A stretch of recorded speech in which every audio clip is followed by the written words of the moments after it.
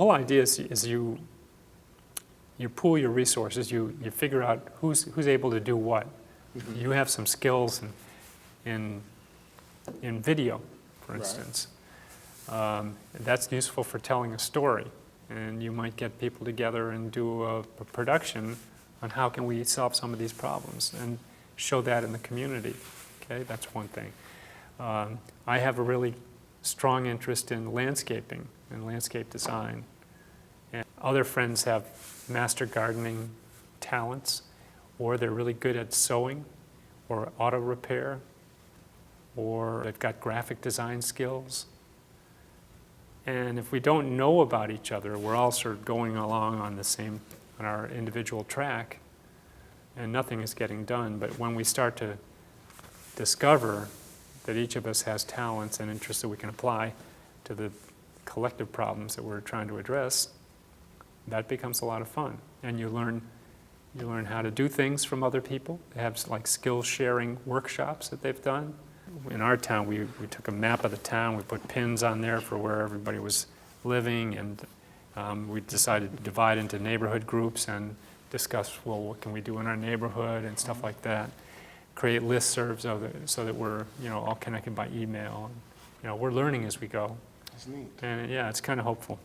It had occurred to me a lot, because I've been engaged in so many good, long-standing friendships and very mutualistic relationships and very reciprocal relationships, and those that seem to have so much potential for being like places where we could feasibly develop the foundations where we could share resources.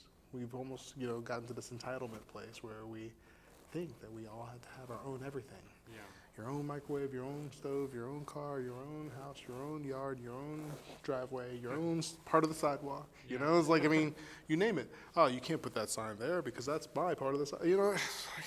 Okay, so now, like deconstructing all that is, trippy, but I think that there's a desire. We've, as a species, been a lot more, like for a lot longer, been creatures that shared and work together to do things than we have been individualistic. Mm-hmm. And I think that imprint on our psyche is still much stronger there than whatever we've been taught. No matter how many times they try to delegitimize the idea as saying, oh, it's a hippie thing, and it's oh, you're gonna go some weird commune. But the word, commune or communal, or, like there's words that have already been kind of loaded with extra minds of meaning where you're just like, what is it that you guys are really trying to do? And it makes everybody suspicious. But I think that it's really important to say, well, no, there's actually no reason for that. I think that there's not an evil agenda to bring people together to do something horrible. It's like, and I think that's something that you kind of sometimes have to state outright, because there's a lot of people whose there's enough people whose perspective is such that they suspect a lot of things out of well-meaning ideas, that it's nice to say out loud, well, people can share resources and it's not a bad thing. Yeah.